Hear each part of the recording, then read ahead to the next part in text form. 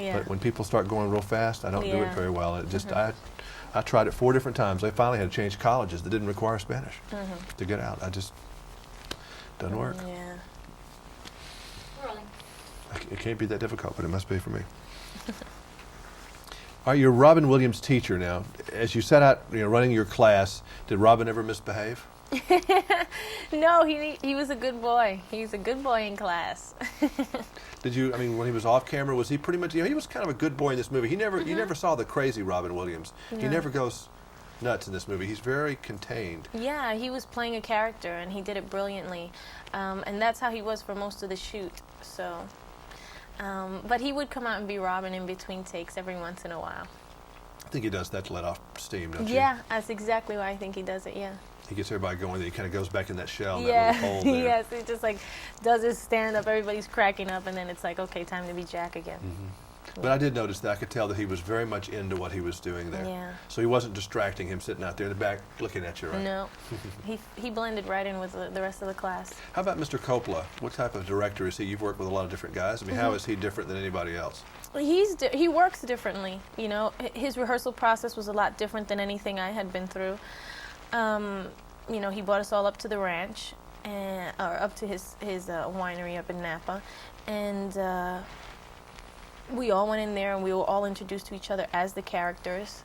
I was Miss Marquez, he was Jack, that was Mrs. Powell. So it was a great way to work because the kids never had any question of who anybody was. And when you're working with kids, and they know they're doing a movie, they're not stupid. And but it's easy to get confused. It's easy for us to get confused and come in and out of character all the time. So, it was a great way to work. Yeah, Mr. Coppola is obviously one of the great ones with The Godfather and all those other great movies. Oh, yeah. Did you see what makes him great? Were you able to pick it out and say that's why he is able to produce the kind of things? He's willing to try new things. He's like, I want to try and work this way, or I want to. So he's open to things, and I think that's what makes him a great director. Besides the fact that he knows so much about film and how to make one and the art of filmmaking, I mean, he's just a master at dealing with the actors and dealing with the technical side and being interesting and innovative and new, and and he's just talented. Does he tell you what he wants out of you, or does he let you give it to him and he tells you whether he likes it or not? He was pretty much left it up to us, and then said, what about this, or try this, but once he cast the actors, I think he pretty much just left it to them. He trusted us. He really did. He's hired you for the job, so he wants you to do the work. Yeah. He doesn't want to try to be you. No. Yeah, so he doesn't. The Selena thing, I know there's a lot of competition for that. How many Selenas are there going to be in the movie now? 2. Oh, just 2. One for the little girl. 7-year-old and myself. Yeah. And are you going to sing? No, I don't have to sing. We're using her voice. I'm going to use her voice. I knew that.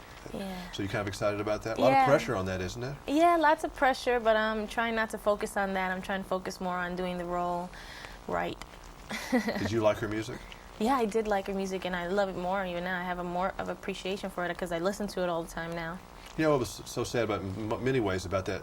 She was getting ready to break off into the, not just Latin area. I mean, my little girl, in Nashville, Tennessee, wanted a Selena album for Christmas. Yeah. And she was getting ready to get really big. Yeah, she was going to do it, and it's the type of thing as I sit there and I watch all the footage and I think about it, and I can't watch too much of it at one time because I start to cry. It's just too, you say, why did this happen? This was one of those things that really was not supposed to happen, and we shouldn't be making this movie. She should just be here right now, and it was a real loss.